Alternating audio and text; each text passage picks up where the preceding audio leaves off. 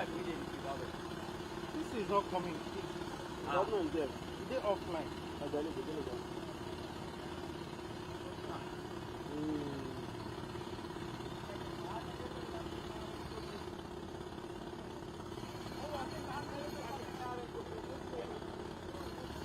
Let's say something. Sound check.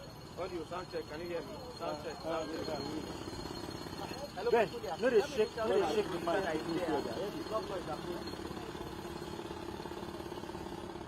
Connect now. So you guys are coming to you guys. I said, every time we're going to court case, what the doctor is here. He's still connecting. Why?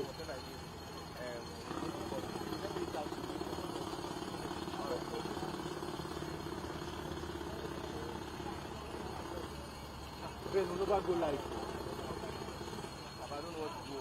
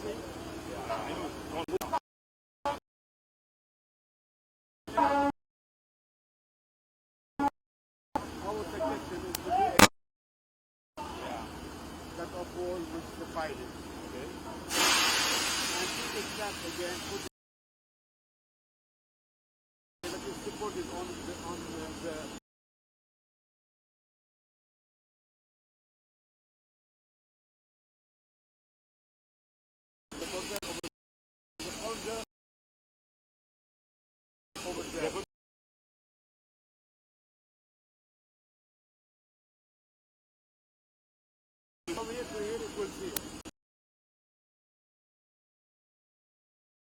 What day?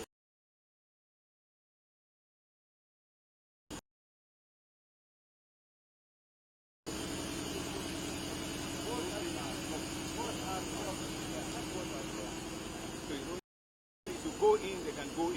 Yeah, right. They can go in. The goal is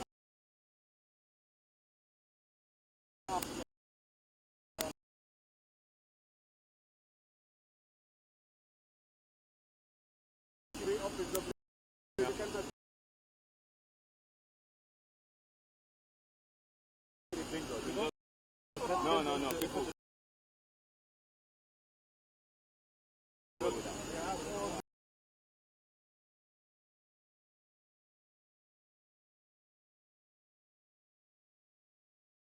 People we put what will be before that.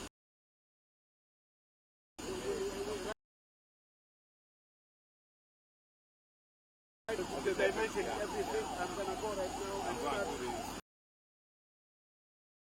precast. Design and the precast. Most of the time it's fun, but I don't have the drawing.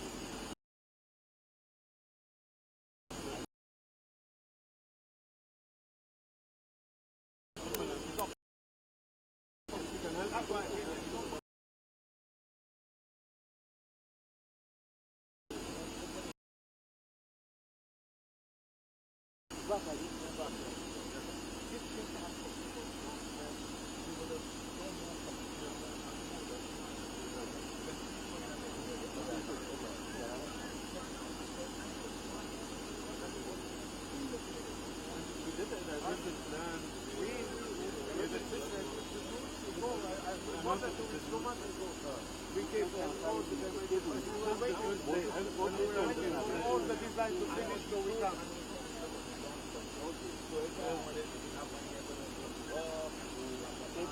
And if they allow us to go into holiday, we were planning to start last Friday.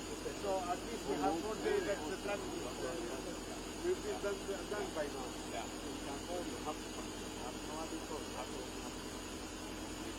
You know,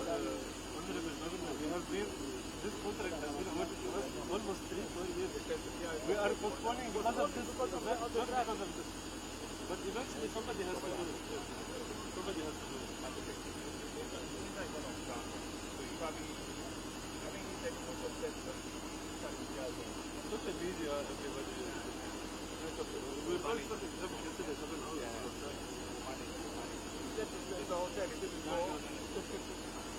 So, you know, let them start, let them continue to I'll move away, you know, so that, are you going on the this? So you do a part of their, We are going to do, fine, and we are going to do Islam. This is the best way to go. victory. Victory once forever.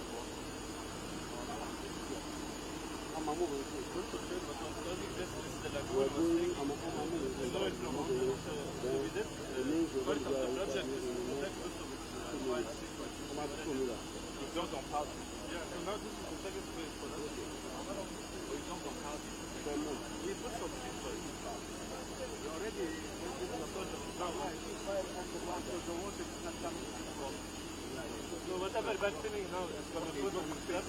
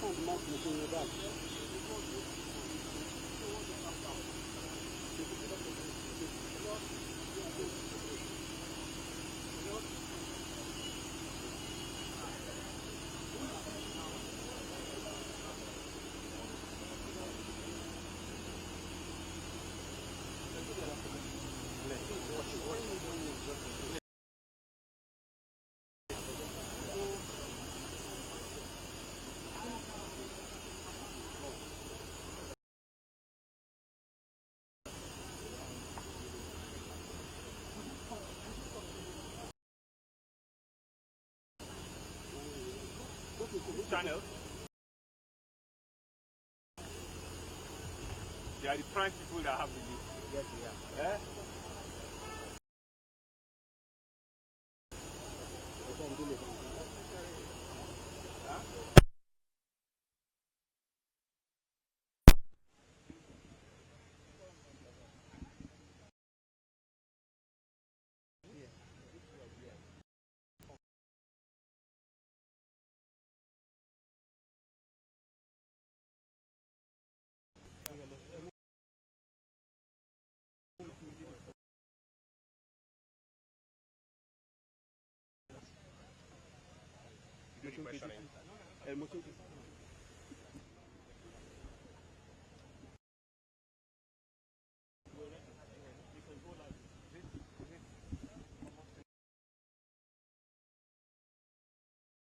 They had to jack it up.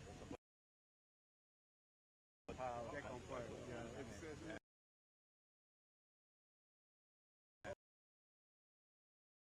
it's All the bridge. now.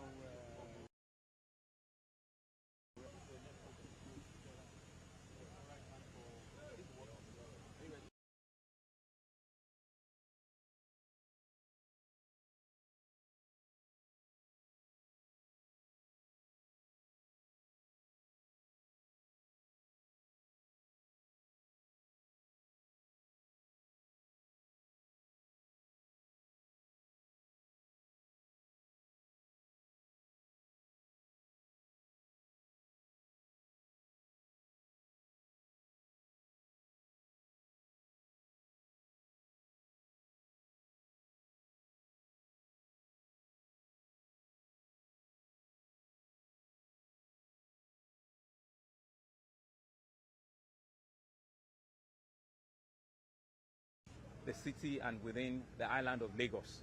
I think this apology is important so that we can take full responsibility as a government, both at the national and sub-national level, you know, for just taking our citizens through an unfortunate incident.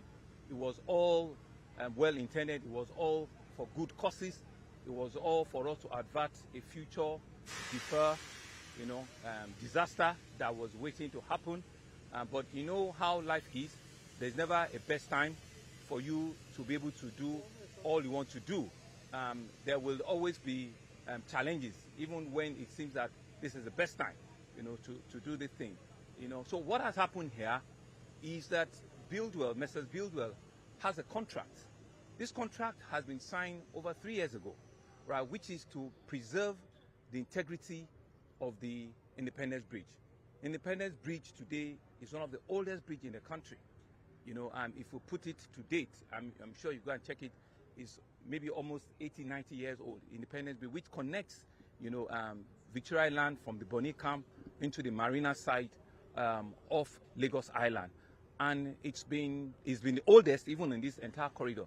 But what has happened is this approach end from Victoria Island going into Marina has been under severe threat. You know, so what Buildwell had done over the past couple of years first was to stabilize, you know, beneath, which we can't see. They've done a whole lot of sheet piling underneath the bridge to protect and to hold the integrity, you know, this while. But the real job is that there's like a 15 to 20 meters, you know, span on the bridge, which is sitting on nothing. You know, over the years, erosion has gone underneath and is sitting on nothing. So that is indeed an engineering disaster that is just waiting to happen. One day, God forbid, if the part of the bridge just collapses, it will take you right into the water. So they've been on this conversation on what is the best time for us to move in and solve this problem once and for all. You know, so that's it. But as a government, we must be able to take responsibility.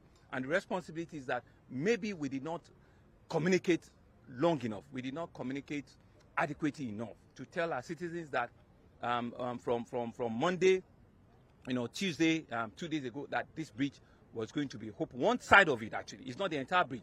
Is the one from Victoria Island to Marina that was going to be closed for 5 to 6 weeks. You know, and so that is a responsibility that I'm leading to take charge. You know, now.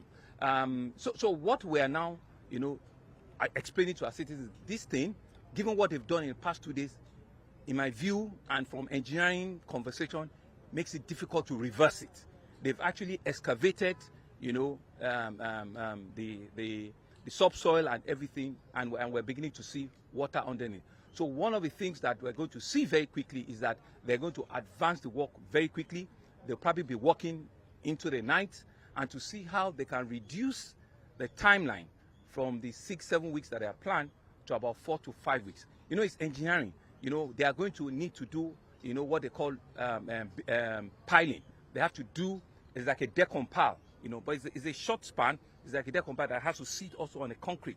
If they don't do it and let it cure well, I mean, it will also be an engineering failure. So in terms of length of time, in terms of the strength of the material they need to do, it has to also work and wait for all of that to happen. But the commitment which the management of Buildwell is telling us is that they will even work longer hours, they work quicker, and they have everything, you know, to make it happen. But you cannot go into concrete mixing if you don't excavate. You cannot mix, you cannot do design if you don't have proper, you know, measurement and the rest of it. So, you know, so what I've also seen here is that they are committed to ensuring that they can bring that solution once and for all, you know, into taking us out of a future or a possible disaster.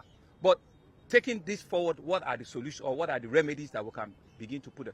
So it's really just around patience and we observing the road furnitures and observing, you know, the traffic officers and the security operatives that are going to be doubling, you know, and in all of the nooks and crannies of Lagos. So part of the things that you see us that we're going to clean up the entire, you know, Obalende axis. You know, people can now have alternatives going towards Obalende, going towards Kefi, going towards off Aolo Road to St. Finbar's Road, and ensuring that all of those other axes are free. There are no parking, there are no double parking on the road. I mean, Danfos and Kekemaro and all of that usually take, you know, one way are completely off it. Even right from the AIG Zone 2, you know, office around Onikon here, all of these places have to be cleared and free of traffic movement. If we can do all of that, it will not solve all the problem, but at least it will give alternatives, better and quicker alternatives for movement of traffic in and around Victoria Island and Ikoyi, you know, which is the part, you know, that we're needed to deal with here. You know, like I said, it was a case of we all rushing out yesterday after a very long holiday, after a very long weekend for 4 or 5 days, people needed to get to work immediately. People needed to get back to school, and businesses needed to start, and this part of the city is like what we call the CBD, which is the business district. And so because of the inadequate communication, and I would take responsibility, ineffective communication, because they had started even before then, so you just assume that people are aware. No, you have to continue. Communication is enforcement. You have to continue before, people now make alternative plans to be able to use other routes and other, corridors, out of it. And so one of the things that I'll also be advising a lot of our citizens is that this kind of thing has also happened, in another form.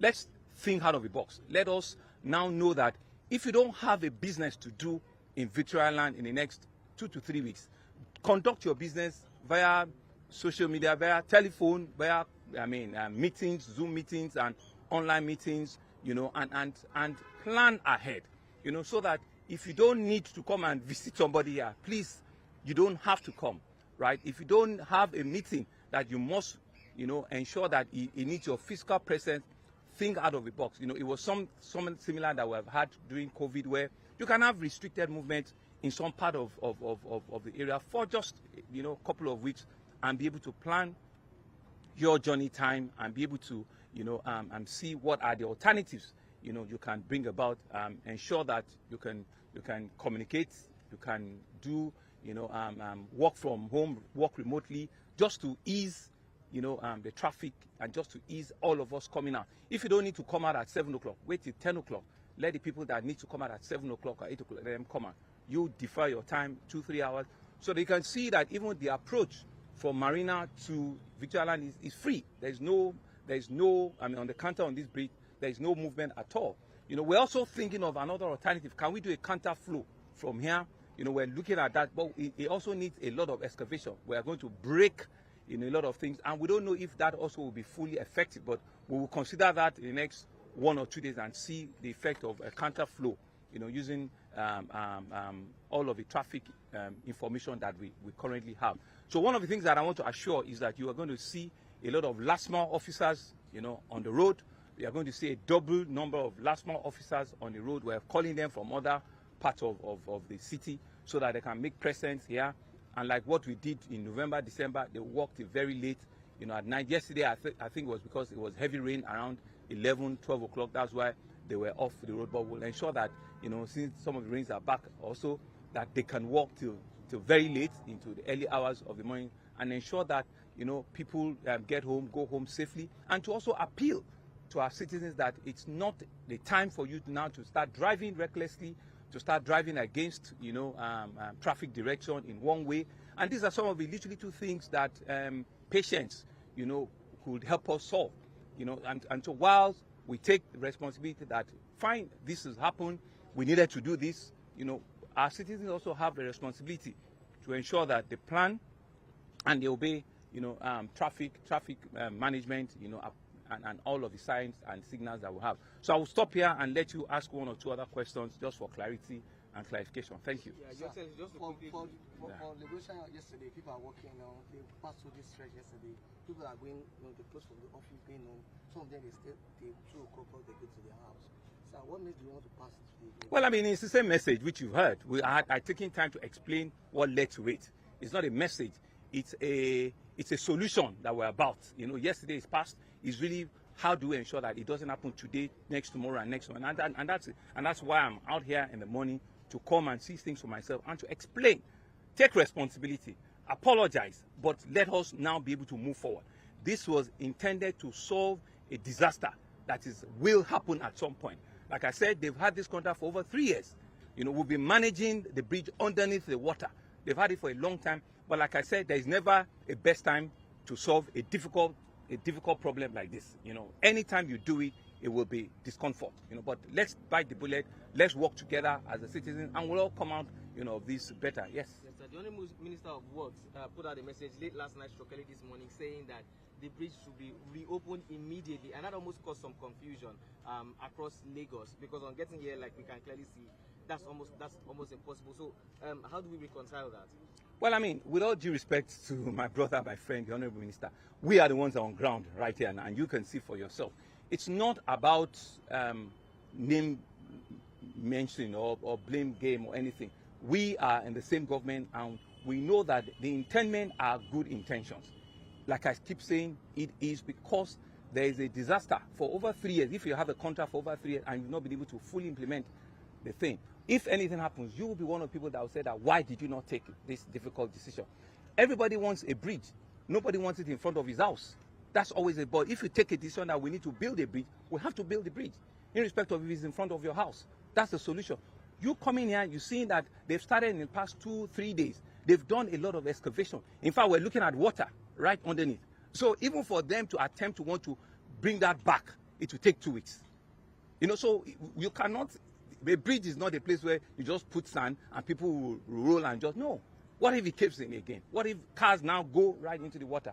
You know, so like I said, we are the ones on the ground. We will advise the minister with all due respect. We'll advise him. We'll tell him what we've found out.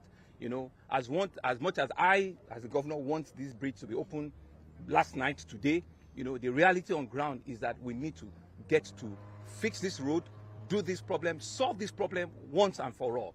You know, because I do not want to be held accountable for a disaster that might still happen, you know, further down the line. Thank you. Thank you very much. Thank you.